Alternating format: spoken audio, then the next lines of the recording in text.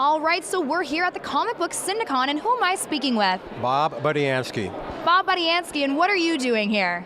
I'm sitting here at a table, doing a drawing, commission.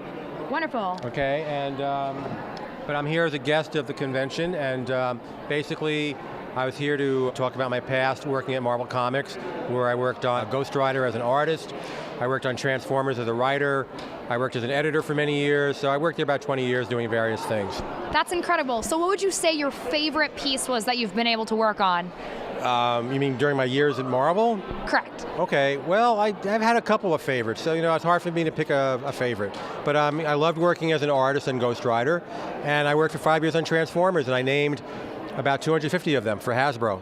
Holy moly. And how did you come up with these names? All different ways. I don't have one way to tell you. I mean, I wish I can give it to you in one simple answer, but basically, Hasbro would give me either the toy or a design for the toy that I would look at, and whatever the toy looked like what it transformed from a robot into a lobster, or into a jet plane, or into a car, whatever it turned into, inspired me to come up with something that would describe it in a name. And then I would come up with a character profile, I'd write the packaging copy for the boxes, the toy boxes, and so on and so forth. And wrote the comic for 5 years. Wow, that's incredible. So would you say that this is something that, from the time that you were a small child, was this a lifelong passion of yours? When I was a child, if you had asked me when I was in 8th grade, what did I want to do when I grew up, I would say be a comic book artist, and I did.